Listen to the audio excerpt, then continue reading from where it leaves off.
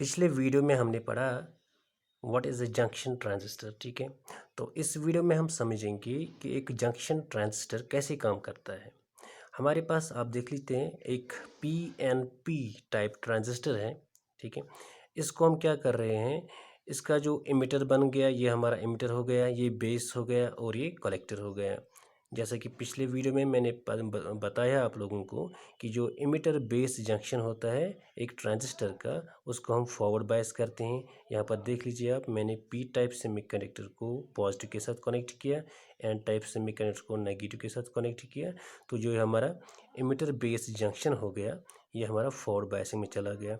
इसी तरह यहाँ पर है बेस और कलेक्टर, है ना, तो बेस कलेक्टर जंक्शन को हम क्या करेंगे, रिवर्स बायस करेंगे। ये पी टाइप सेमीकंडक्टर है, इसको मैंने नेगेटिव टर्मिनल के साथ कनेक्ट किया। ये एन टाइप सेमीकंडक्टर है, इसको मैंने पॉजिटिव के साथ कनेक्ट किया, तो हमारा बेस कलेक्टर जंक्शन हो गया रिवर्स बायस।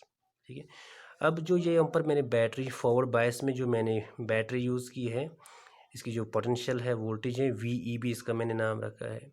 क्योंकि ये जो जंक्शन है ये फॉरवर्ड बायस में कनेक्ट हुआ है, और आप जानते हैं फॉरवर्ड बायसिंग में जब हम किसी जंक्शन को कनेक्ट करेंगे तो इसमें जो रेजिस्टेंस होती है बहुत कम होती है ना।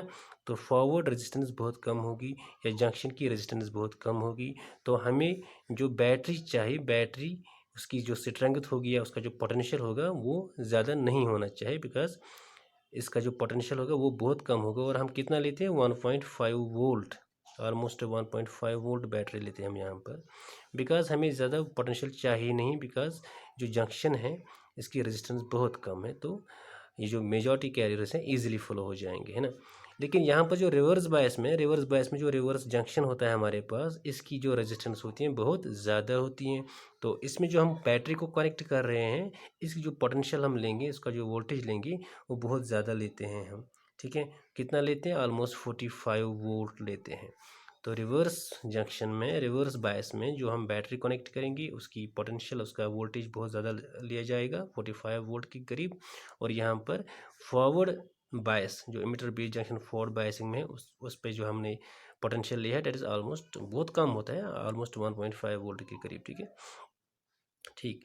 अच्छा, अब क्या होता है, जो ही हम पी टाइप सेमीकंडक्टर को पॉजिटिव के साथ कनेक्ट करेंगे तो क्या होगा, इसका जो पॉजिटिव पोटेंशियल है वो पी टाइप में क्या होता है, मेजॉरिटी कैरियर्स कौन से होते हैं, होल्स होते हैं, है ना। ये पी टाइप सेमीकंडक्टर है, इसमें जो मेजॉरिटी कैरियर्स होंगे होल्स होंगे, तो होल्स रिपल हो जाएंगे, है ना।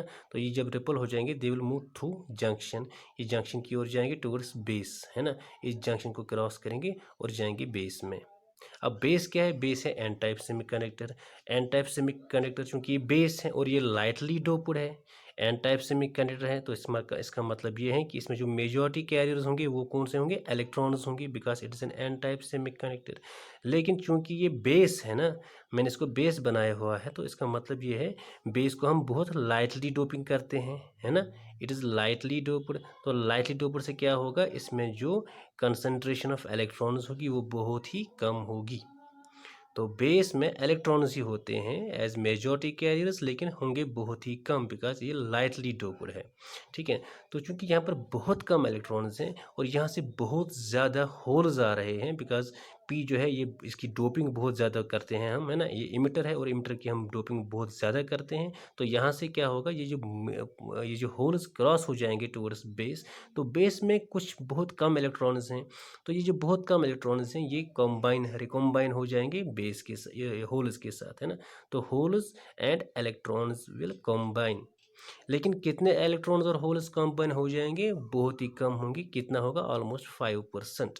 यानी अगर हम यहाँ से इमेजिन कर लें, सपोज कर लें 100 होल्स, 100 होल्स क्रॉस हो जाते हैं, तो out of 100 holes only 5 holes and 5 electrons combine each other. क्यों, बिकॉज यहाँ पर इलेक्ट्रॉन की कंसंट्रेशन पहले से ही बहुत कम है। ठीक है, तो यहाँ पर क्या होता है, 5% of electrons and holes combine with each other, तो उसकी वजह से एक करंट प्रोड्यूस होती है जिसको हम कहते हैं बेस करंट। उसका हम नाम लिखेंगे IB। तो ये मान लीजिए this is the direction of base current, IB।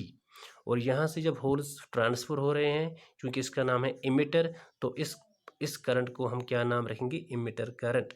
ठीक है, तो this is the emitter current. ठीक है, आप जानते हैं कि होल्स की डायरेक्शन यानी पॉजिटिव चार्ज की डायरेक्शन में ही करंट की डायरेक्शन लेती है, तो मैंने यहाँ पर डायरेक्शन ऐसे ली है ना, it is the direction of positive charge यानी is the direction of hole. Clear? अच्छा, तो ये हमारा इमिटर करंट बन गया। अब जब बेस में इलेक्ट्रॉन्स और कंबाइन हो जाएंगे, ठीक है, वहाँ पर जो करंट प्रोड्यूस हो जाएगी उसको मैंने बेस करंट लिखा, लेकिन जो ये बेस करंट होगी, बेस करंट बहुत ही कम होगी, बिकॉज यहाँ पर मैंने बोला कि बहुत कम इलेक्ट्रॉन्स अवेलेबल हैं। तो कितना होगा? 5%। 5% इलेक्ट्रॉन होल कॉम्बिनेशन हो जाती है ना, तो 5% of emitter current. So base current will be 5% of emitter current. ठीक है, so I can write base current is equal to 5% means 0.05 of emitter current, यानी बहुत ही कम करंट प्रोड्यूस हो जाती है। जो बेस करंट होती है बहुत ही कम होती है ना।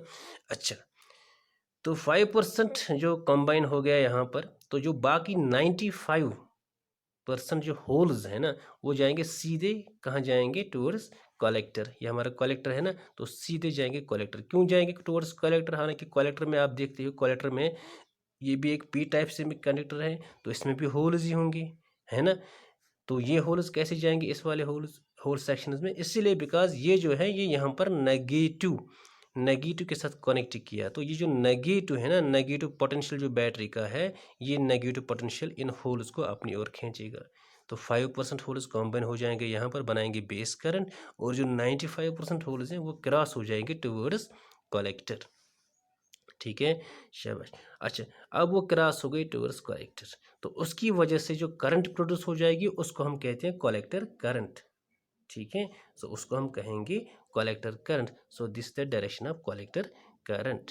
ये होल्स है ना, ये अट्रैक्ट हो जाएंगे towards negative terminal of the battery, तो कलेक्टर करंट की डायरेक्शन यैसे होगी। ठीक है, ओके। तो यहाँ पर हम समझ रहे हैं जो हमारा इमिटर करंट था, आई था, इसके दो हिस्से हो गए ना।